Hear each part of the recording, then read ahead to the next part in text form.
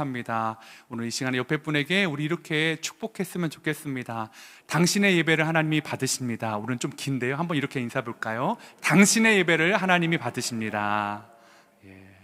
한 번 더요. 오늘도 수고 많으셨습니다. 네. 오늘도 수고 많으신 우리 성도님들과 함께 하나님 앞에 말씀을 나눌 때 큰 은혜가 우리 가운데 있기를 소망해 봅니다. 오늘 요한복음 13장 12절에서 17절 말씀입니다. 저와 여러분이 한 절씩 교독하도록 하겠습니다. 요한복음 13장 12절에서 17절, 제가 가진 성경 신약성경 171페이지입니다. 제가 먼저 읽겠습니다. 그들의 발을 씻으신 후에 옷을 입으시고 다시 앉아 그들에게 이르시되 내가 너희에게 행한 것을 너희가 아느냐?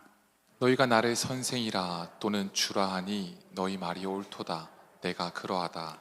내가 주와 또는 선생이 되어 너희 발을 씻었으니 너희도 서로 발을 씻어주는 것이 옳으니라. 내가 너희에게 행한 것 같이 너희도 행하게 하려 하여 본을 보였노라. 내가 진실로 진실로 너희에게 이르노니 종이 주인보다 크지 못하고 보냄을 받은 자가 보낸 자보다 크지 못하니라. 너희가 이것을 알고 행하면 복이 있으리라. 아멘. 아마 우리 강영욱 씨를 다 아실 겁니다. 그죠? 그분이 출연했던 세상에 나쁜 개는 없다라는 프로그램도 한 번쯤은 다 보시지 않았을까라는 생각을 해봅니다. 그런데요, 세상에 나쁜 개는 없는데요, 거기에 나오는 개들은 어떻죠? 다 나쁜 개 같아요. 뭐 이렇게 막 다 물고요, 막 짖고요, 막 목줄 채우려 하면 막 주인을 향해서 막 그 송곳니를 드러내고요, 심지어는 다른 개만 보면 막 달려들고요, 막 주인이 그 개 목줄을 했는데도 입마개를 하는 것도 거부하고, 그런 나쁜, 그 전형적인 나쁜 개들이 참 많이 나옵니다. 그럼에도 불구하고 그 프로그램을 보다 보면 나쁜 개들이 나오는 프로그램인데 세상에 나쁜 개는 없구나라는 것을 이렇게 알 수 있게 되는 게 그 프로인 것 같습니다. 왜냐하면 개가 문제가 아니라 뭐가 문제가 되죠? 보통은 주인이 문제다라는 것을 솔루션을 해가면서 알아가기 때문입니다. 아마 오늘 아닌데 우리 집은 진짜 개가 문제인데 하시는 분도 있으시면 그거는 제가 한번 나중에 저한테 따로 말씀해 주십시오. 그것뿐만이 아니라요, 또 이런 것도 비유도 있는 것 같습니다. 개가 문제가 아닌 것처럼 주인이 어떻게 대하느냐에 따라 그 개가 달라지는 것처럼 우리가 흔히 비유로 드는 것 중에 칼 이야기를 많이 듭니다. 그렇죠? 칼이 어머니 손에 있으면 어떤 칼이 되죠? 요리를 하는 칼이 됩니다. 그런데 칼이 강도의 손에 있으면 어떻게 됩니까? 남의 물건을 빼앗거나 사람의 생명을 빼앗는 칼이 되고요, 칼이 의사의 손에 있으면 사람을 살리는 칼이 되어집니다. 즉, 칼 자체가 문제가 아니라, 역시도 개 자체가 문제가 아니라 어떤 주인, 어떤 손에 들려있느냐가 훨씬 더 그 개의 모습을 바꿔가고요, 그 칼의 존재 이유를 만들어가는 것 같습니다. 그런 의미에서 볼 때 오늘도요, 전혀 다른 두 가지 사람의 손에 들려있는 물건이 등장하고 있습니다. 제가 오늘 볼 말씀을 준비하다가 노진준 목사님의 책을 보다가 처음 들어보는 신학의 종류에 대해서 이분이 이야기를 하시더라고요. 저는 뭐 성경신학, 실천신학, 성전신학 뭐 이런 것들은 많이 들어봤는데, 그분의 이 노진준 목사님 책에 대야신학이라는 말을 쓰시더라고요.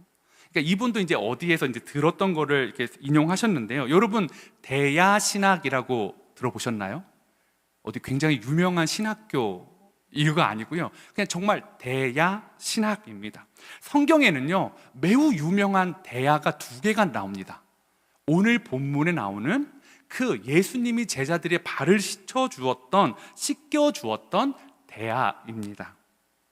예수님은요, 그 제자들의 발을 그 대야에 담그시고요, 자신의 손으로 깨끗이 씻어 주셨습니다. 또 하나는요, 바로 다음 날이에요. 본디오 빌라도, 총독 빌라도가 예수님을 체포하고 나는 무죄하다라는 것을 손을 씻었던 대야가 바로 빌라도의 대야가 나오고 있다라는 것입니다. 아마 빌라도는요, 예수님이 무죄하다라는 것을 알았습니다. 그런데 민심이 폭발하는 것에 대한, 자신이 다스리고 있는 이 영지 내에 반란이 일어날 것에 대한 두려움이 있었기 때문에 이 죄의 유무와 상관없이 민심을 안심시키기 위해 예수님에게 사형을 내리면서도 그 사형의 피, 무죄한 자의 피가 나와 상관이 없다라는 것을 말하기 위해서 사람들 앞에서 퍼포먼스를 합니다. 대야를 가져다가 자신의 손을 씻고 나는 이것과 상관이 없다라는 것을 보여주고 있습니다. 두 가지 대야가요, 전혀 다른 모습을 보여줍니다. 예수님의 대야는 오늘 그 13장에서 처음에 말씀드린 끝까지 사랑하셨다라는 말로 하나로 귀결될 수 있다라는 거죠. 끝까지 사랑하심을 나타내주는 그 사랑의 모습과 섬김의 행위가 담겨져 있던 대하였던 반면에, 빌라도의 대하는요, 무죄한 사람을 죽이고 나는 아무 잘못이 없다, 나는 책임이 여기까지입니다, 나는 그 이상은 나의 잘못이 아닙니다 라고 거기서 나는 손을 빼는 회피의 대하였다라는 것입니다. 두 대하 중에 어떤 대하가 훨씬 더 좋은 대하였을까요? 여러분, 예수님이 사용했던 대화와 빌라도가 사용했던 대화 중에서 어떤 대화가 훨씬 더 좋았을까요? 당연히 빌라도가 사용했던 대화가 훨씬 더 좋은 대화 아닙니까? 예수님이 쓰던 대화는요, 그냥 일반 가정집에서 쓰는 대화였습니다. 거기에 담겨져 있는 물도요, 식수로 사용할 수 있는 물이 아니라 정결 내에 쓰는 물이었다라는 것입니다. 그런데요, 빌라도 총독이 쓰는 대하는요, 일반 가정집에서 쓰는 대하를 쓰지 않습니다. 굉장히 좋은 대하였지 않겠습니까? 물도요, 깨끗한 물이 담겨져 있었을 것입니다. 그런데 이 훨씬 더 좋고 멋지고 깨끗한 물이 담겨있는 빌라도의 대하보다 예수님이 사용하셨던 지저분하고 상처투성인 이 대하가 훨씬 더 의미 있게 우리에게 다가오고 있다라는 것입니다. 우리는 지난 2주간 수요 예배를 통해서요, 세례식이 회개와 연관이 있다라는 것들을 이야기를 했습니다. 그리고 이 세례식에는, 씻김에는 두 가지 의미가 있는데, 하나는 회개고 하나가 바로 오늘 이야기할 섬김의 의미가 담겨져 있다라는 거죠. 예수님이 대하를 사용하시기 전까지요, 제자들이 어떤 이야기를 했죠? 누가 더 크냐고요. 누가복음에 보면 누가 더 크냐를 마지막 예수님이 잡히시는 그날 밤까지 제자들은 계속 이야기했다라고 말하고 있습니다. 그 대화가 어떤 뉘앙스였는지는 성경에는 나오지 않습니다. 에이, 뭐 장난스럽게 내가 크지, 아예 아니야, 내가 좀 더 높지, 왜 그럴까, 허허, 야, 나 정도는 돼야 되는 거 아닐까, 이런 장난스러운 분위기였는지, 아니면 실질적으로 언성은, 고성은 높아지지 않았지만 미묘하고요, 예민한 대화인지는 알 수 없습니다. 그런데요, 제자들의 관심이 예수님께 있지 않고 예수님이 주시는, 예수님을 통해 누릴 자리에만 관심이 있었다라는 것입니다. 그런데 예수님께서 이 제자들의 발을 씻기기 시작하신 것입니다. 누가 크냐라는 것 때문에 막 온통 팔려있는 그들 가운데 예수님이 겉옷을 벗으시고 수건을 허리춤에 차시고 대야를 가져다가 그들의 발을 다 씻어주고 있었다라는 것입니다. 사실 베드로를 만나기 전까지 아무도 예수님의 행동을 제지하지 않았습니다. 가장 낮은 사람이 해야 되는 일을 그들이 선생님, 랍비어라고 불렀던, 또 심지어는 주님, 하나님의 아들이십니다라고 고백했던 그분이 하시는데도 불구하고 아무도 그 일을 멈춰 세우지 않았습니다. 베드로의 순서가 됐을 때 베드로가 멈춰 세우고 작은 소동이 있었지만 그 예수님의 말씀에 순복하고 그 말씀의 의미를 깨닫고 베드로가 또 오바해서 자신의 온몸을 씻겨주십시오 라고 했던 해프닝도 있었습니다. 그러나 결국에는 온몸이 아니라 베드로도 자신의 발을 예수님께 맡겼다라는 것입니다. 그러니까요, 뭐 베드로 이후에는 일사천리입니다. 다른 제자들 중에 누가 아닙니다, 저는 괜찮습니다 할 제자가 있겠습니까? 다 주님이 그 발을 씻겨 주셨습니다. 그리고 예수님이 다 씻겨주신 다음에 하신 말씀은 너무나 명료했습니다. 뭐냐면요, 너희가 내가 이렇게 행한 이유를 아느냐라고 물으셨다라는 거죠. 제자들에게요, 어안이 벙벙한 제자들에게요, 내가 왜 이렇게 했을까? 얘들아, 내가 왜 이렇게 너에게 이 모습을 보여줬을까라고 물어보고 있다라는 것입니다. 알아들었을까요? 아마 그 당시 알아듣는 사람은 많이는 없었을 것 같습니다. 주님이라고 불렀고요, 아까 선생님이라고 불리신 분이 그 자신들의 발을 씻어주는 모습을 보면서 그들이 느껴야 되는 건 명확했습니다. 그리고 주님은 이렇게 말씀하십니다. 내가 너에게 한 것처럼 너희도 그렇게 살아가라 라는 거죠. 세상의 방식은 무엇입니까? 낮은 사람이 섬겨주는 겁니다. 낮은 사람이 대화를 준비하고요, 낮은 사람이 옷을 벗고요, 낮은 사람이 무릎을 꿇고요, 낮은 사람이 그 대화의 물에 발과 함께 손을 담그는 것이었습니다. 그런데 주님은 높은 사람이, 더 사랑하는 사람이 그렇게 해야 된다라고 말씀하고 있다라는 것입니다. 예수님을 주인으로, 주님으로 고백하는 사람은 이제는 세상의 방식과는 전혀 다른 모습으로 살아가야 된다라는 것입니다. 아마 이 예수님의 퍼포먼스는요, 제자들에게 정말 습격받는, 아니 뒤에서 뭔가 후두부를 강하게 충격받는 충격이 그들 가운데 있었을 것입니다. 그래서 마치 그냥 말로 하는 것보다 행위로 보여주는, 그래서 그들의 뇌리에 각인되어지는 예수님의 손과 자신의 발이 터치되는 그 느낌, 어쩌면 주님에게, 선생님에게, 하나님의 아들에게 이 더러운 발을 내미는 것이 이걸 이렇게 가만히 있어도 되나? 라고 하는 그 마음이 들 정도로 어찌할 바를, 그 민망한 순간이요, 그들에게는 다 있었을 것입니다. 그런데요, 이 제자들은 다 민망하고 의미를 모르는데요, 민망하지 않고 자연스러운 분은 예수님 한 분이셨습니다.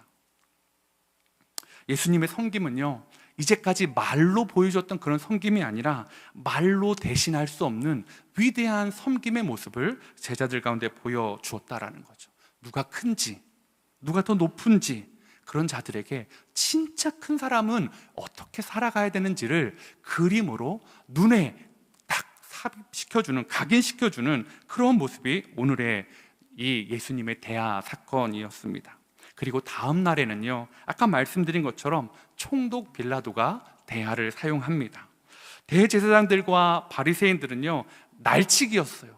그 밤에 예수님을 붙잡아다가 그냥 막 대충 일사처리한 다음에 날치기로 죽이자 했는데요, 그들에게는요 모이는 신속했는데 없는 게 있었습니다. 그게 뭐였냐면 이우스 글라디, 제가 주일날 말씀드렸죠. 칼의 권세, 검의 능력이 그들에게는 없었다라는 거죠. 그것은 로마의 황제가 위임해준 권력을 가진 총독만이 가지고 있었다라는 것입니다. 그래서 총독의 간저로 예수님을 끌고 그들이 몰려갔습니다. 이우스 글라디를 이 사람에게 집행해 주십시오. 압력을 넣는 거죠. 여러분, 이 총독 빌라도, 한 지역의 총독이 되는 사람이요, 이 정치적인 식견이나 민중의 마음을 읽는 게 더딜까요? 아니요, 그렇지 않습니다. 빌라도는요 대번에 알았습니다. 이 재판이 유죄와 무죄를 따지는 것이 아니다라는 것을 알았어요. 그리고 아무리 생각해봐도 예수님이 아무런 죄가 없다는 것을, 혐의를 발견할 수 없었기 때문입니다. 그래서 더 고민이었습니다. 그 마음에 양심이 계속 싸우는 거죠. 혐의 없는 사람, 그렇지만 혐의 없음을 선포하면 자신의 다스리는 지역에 밀란이 일어나면 자신의 자리를, 자신의 무능력함을 그대로 보여주게 되고, 어쩌면 그 총독의 자리에서 물러나야만 되는 그런 불명예스러운 일을 자신이 감당해야 될 때 어떻게 해야 될까? 유능한 황제의 신하였던 빌라도는요, 자신의 지역을 안정시키는 것을 택합니다. 그리고 그것에 대한 결정하게 된 결정적인 요인이 요한복음 19장 12절에 나옵니다. 우리 한번 읽도록 하겠습니다. 시작.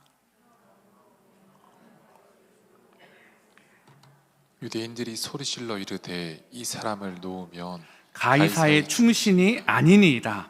무릇 자기를 왕이라 하는 자는 가이사를 반역하는 것이니이다. 이 문제를 그냥 무죄로 넘어가면 당신은 충성이 없는 황제 카이사르에게 충성심이 없는 사람입니다 라고 협박을 하고 있다라는 것입니다. 그러자 그가 나는 책임이 없다라고 선포할 만한 대화를 가져오게 합니다. 양심의 가책과 진실 앞에 이걸 외면할 수 있는 대화를 가져다가요, 자신의 위로함을 받기 위해서, 자신의 평안을 찾기 위해서 그곳에 손을 씻습니다. 그리고 외면해 버립니다. 여러분, 그런데요, 이렇게 빌라도가 외면하니까요, 그 사실이 사라지던가요? 사도신경에 이런 부분이 있지 않습니까? 본디오 빌라도에게 고난을 받으사 십자가에 못 박혀 죽으시고 라고 우리는 계속 되뇌입니다. 여러분, 누구한테 고난받았죠? 사실은 대제사장과 바리새인들에게 고난받은 게 훨씬 더 큽니다. 그런데 사도신경에는 본디오 빌라도에게 고난을 받으사 십자가에 못 박혀 죽으셨다라고, 그가 양심을 숨겼지만요, 평안을 누리고 싶었지만요, 그의 잘못은 사라지지 않고 있다라는 거죠. 양심을 속이고요, 사람을 속이고요 하는 것이 얼마나 어리석은지를 우리는 볼 수가 있다라는 것입니다. 사랑하는 성도 여러분, 그날 하루 차이로 예수님과 빌라도가 사용했던 대화만 있을까요? 오늘 우리에게는 두 대화가 놓여 있지 않을까요? 저는 오늘 우리도 두 가지 대화를 앞에다 놓고 살아가는 사람이다라고 생각하게 되었습니다. 여러분은 어떤 대화에 손을 담그시겠습니까?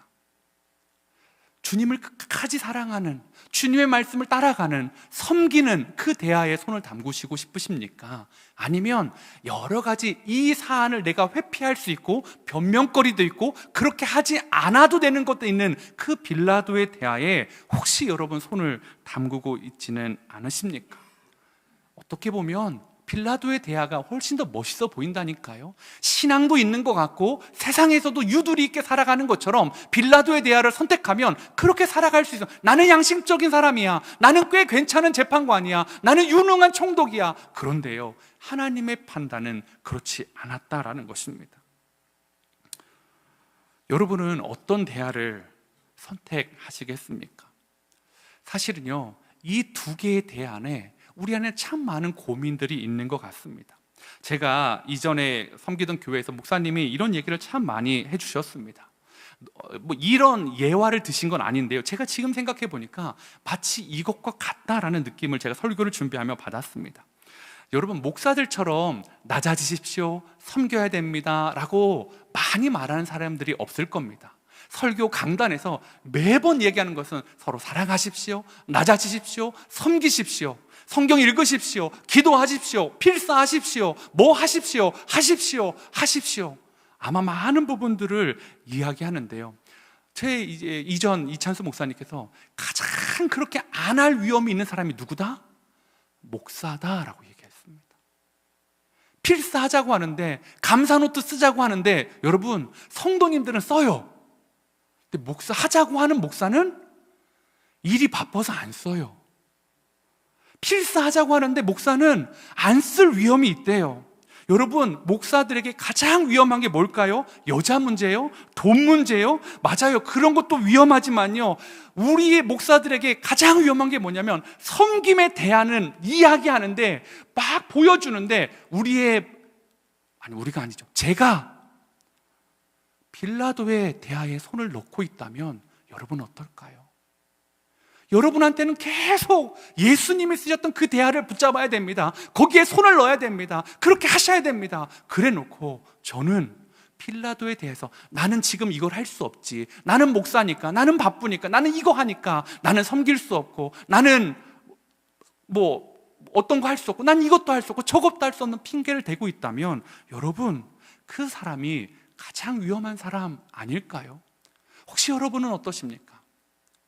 이찬수 목사님이 저한테 이렇게 말씀해 주셨습니다. 너희는 베풀어주는 사람의 그 마음을 아니? 압니다 라고 했는데요, 저희가 엄청 혼난 적이 있었습니다.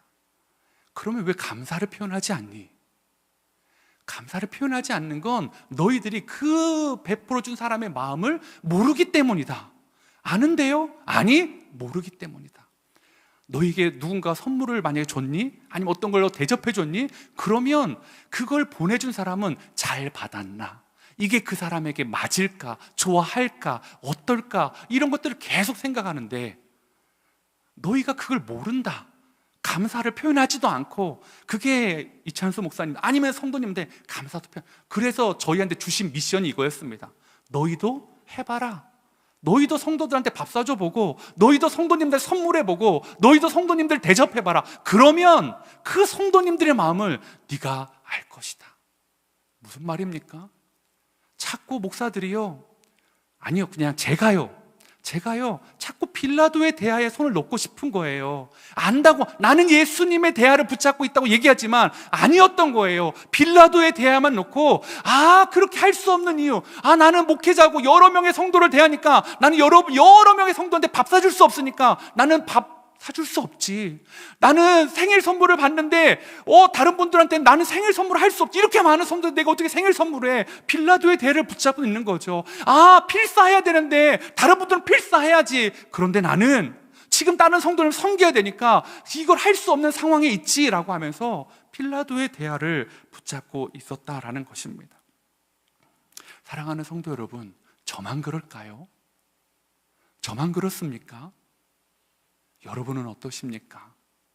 교회에 오래 계실수록 혹시 섬김의 대화도 잘 보이는데 빌라도의 대화도 많이 보이고 계시지는 않습니까? 아니, 섬김의 대화를 이야기하면서 빌라도의 대화를 붙잡고 있으면, 거기에 손을 담그고 있으면서 섬김의 대화를 이야기하고 섬김의 대화에 손 담그고 있는 것처럼 그렇게 행동하는 분들 혹시 있지는 않으십니까? 여러분, 왜 봉사하십니까? 여러분, 왜 주님을 그렇게 섬기십니까? 예수님이 잡히시기 전날에 그 본을 따라 그렇게 하고 계십니까? 아니면 무언가 나를 드러내고 회피하고 무언가 입막음용으로, 아니면 무언가로 혹시 빌라도의 대화처럼 그 봉사를, 섬김을, 그 높은 자리에 올라가고 그 싶은 마음을 보여주고 싶어서 그렇게 하고 있는 건 아니십니까? 사랑하는 성도 여러분, 저는요, 우리 성도님들과 제가 섬김의 대화를 잘 아는 사람들이 됐으면 좋겠습니다. 그리고요, 거기에 손을 담글 수 있는 사람이 되었으면 좋겠습니다. 제자들이요, 대하가 어디 있는지 몰랐을까요? 알았을 것 같아요. 야, 발을 씻어야 되는데 저기 대하도 있고 수건도 있는데 저 물도 있는데 왜 아무도 안 해? 네가 해. 내가 더 높지 않아. 네가 하라고. 여러분, 어떻습니까? 우리 안에 섬김의 대하에 대한 충분히 인식할 수 있는 부분이 있습니다. 가정에서요, 부부 안에 분명히 보이는 섬김의 대화가 있습니다. 이걸 해야 나의 배우자가 좀 더 편안하고 더 좋을 텐데 하고 싶지 않은 거죠. 왜요? 그걸 하면 내가 힘드니까요. 사랑하는 남편들이요, 아내가 원하는 섬김의 대화에 손을 담그시길 바랍니다. 아멘 안 하시네요. 제가 이쪽만 바라보니까 너무 죄송해서 이쪽도 우리 사랑하는 남편분들, 아내가 원하는 섬김의 대화에 손을 담그시기 바랍니다. 네. 그러면 이렇게 또 해야죠. 우리 사랑하는 우리 여성 성도님들, 우리 가정과 우리가 있는 그곳에서 주님이 원하시는 섬김의 대화에 손을 담그시길 바랍니다. 아멘입니다. 여러분들이 저한테 물어봐 주셨으면 좋겠어요. 목사님도 말만 많이 하는 목사가 아니라, 말로 떠드는 사람이 아니라 우리한테 섬김의 대화에 손을 담궈주는 목사가 됐으면 좋겠습니다라고 물어봐 주세요. 그러면요, 사랑하는 성도님들, 제가 부족하지만 제가 할 수 있는 것 안에서 자꾸 이 섬김의 대화에 손을 담가서 여러분의 발을 씻겨드리는 게 무엇일까를 고민하고 기도하고 묵상하고 그 자리에 있도록 애써 보겠습니다. 그래서 함께 그린교회 성도님들은요, 손에 물이 마르지 않는, 우리가 맨날 옛날 우리 남자분들이 그런 약속 했잖아요. 나랑 결혼하면 손에 물 한 방울 안 묻히게 해주겠다라는 저희 아버지의 약속이 있었는데 그것은 거짓이었습니다. 사랑하는 성도 여러분, 주님은요 그렇게 말씀하지 않으십니다. 예수 믿으면 손끝에 물 한 방울 안 묻히게 해줄게, 주부스틴 안 걸리게 해줄게. 아니요, 주님은 이렇게 말씀하십니다. 나를 믿으면 너희 손이 마를 날이 없을 거야. 나를 믿으면 너희의 손이 늘 깨끗한 물이 아니라 조금 더러운 정결례식에 쓰이는 식수로 사용할 수 없는 그 물에 너희의 손이 담겨져야 할 거야. 너희의 손보다 더 더러운 발을 너희가 어쩌면 씻어줘야 될 거야. 사랑하는 성도 여러분, 우리의 손이 예수님의 대하에 늘 담겨서 주님이 원하시는 주님의 섬김의 모습을 보여주는 저와 여러분 되시기를 축복해 봅니다. 그래서요, 이것이 왜 그래야 되냐면 이게 권면이 아니기 때문입니다. 예수님을 섬기는 자로 살아가야 된다, 그렇게 하기를 바란다가 아니라 그렇게 해라, 그렇게 보여주신 예수님의 모습이 있다라는 명령이기 때문입니다. 이것은 우리의 정체성이자 우리의 삶의 방향성입니다. 섬김에 대해 손을 놓지 않으면요, 그 사람은요 예수님의 제자가 아닙니다. 요한복음 13장 17절에 이렇게 말합니다. 너희가 이것을 알고 행하면 복이 있으리라. 너희가 이것을 알면 복이 있으리라가 아니라 너희가 이것을 알고 그 대하에 손을 넣으면, 그 사랑을 실천하면, 너희가 낮아지면 너희는 복이 있으리라. 누군가의 발을 씻어주기 위한 손이 복이 있는 손일 줄 믿습니다. 우리 말로만 섬기는 목사와 성도님들 아니라 우리 그 대하에 손 넣어서 기쁨으로 기꺼이 낮아질 수 있는 저와 여러분 되시면서요, 제가 오늘 이 마태복음 7장 24절에서 27절 말씀으로 말씀을 좀 마무리하려고 합니다. 여러분이 한 절씩 교독하겠습니다. 그러므로 누구든지 나의 이 말을 듣고 행하는 자는 그 집을 반석 위에 지은 지혜로운 사람 같으리니 비가 내리고 창수가 나고 바람이 불어 그 집에 부딪히되 무너지지 아니하나니 이는 주추를 반석 위에 놓은 까닭이요. 나의 이 말을 듣고 행하지 아니하는 자는 그 집을 모래 위에 지은 어리석은 사람 같으리니 창수가 나고 바람이 불어 그 집에 부딪힘에 무너져 그 무너짐이 심하니라. 사랑하는 성도 여러분, 행하지 않는 섬김, 행하지 않는 믿음, 비바람이 불면요 그 무너짐이 심한 가짜 믿음일 수 있다라고 주님은 말하고 있습니다. 그렇다고요, 제가 결과로 보여지지 않는 믿음은 다 쓸모없는 믿음이다, 여러분 오해하지 마십시오. 그걸 말하는 것이 아닙니다. 중요한 것은 예수님이 말씀하신 것을 중요하게 여기고요, 그 말씀을 말씀대로 살아가기 위해서 핑계대지 않는 거예요. 그렇게 못 살았으면 어떻게 하는 거예요? 내가 그렇게 못 살았습니다 라고 주님께 말씀을 드리면 돼요. 그런데 빌라도의 대하를 가져다가 나는 그럴 이유가 있었어요. 여러분, 사울이 그러다가 망했습니다. 다윗은 예수님의 대하에 손을 바로 잘못했습니다. 나단이 왔을 때 하나님 죽을 죄를 졌습니다, 살려주십시오라고 말했다라는 것입니다. 사랑하는 성도 여러분, 오늘 저와 여러분이 섬김의 대하, 예수님의 대하에 손을 담그고 누구를 섬겨야 될지 우리의 눈으로 보고 우리의 마음으로 보고 우리의 마음과 손을, 그 사람을, 이웃을 주님의 마음으로 섬기는 귀한 성도님 되시기를 축복합니다. 아멘. 우리 시간에요, 우리 찬양하면서 하나 오늘 나아가도록 하겠습니다. 보소서 주님 나의 마음을, 보소서 주님 나의 마음을. 어떻다고요? 선한 것 하나 없습니다. 그러나 내 모든 것 주께 드립니다. 주님, 이 대하에도 저 대하에도 담겨져 있는 제 손을 보는데요, 그러나 주님 내 모든 것 주께 드립니다. 그러면 주님이 이렇게 하신대요. 사랑으로 안으시고 날 새롭게 하소서.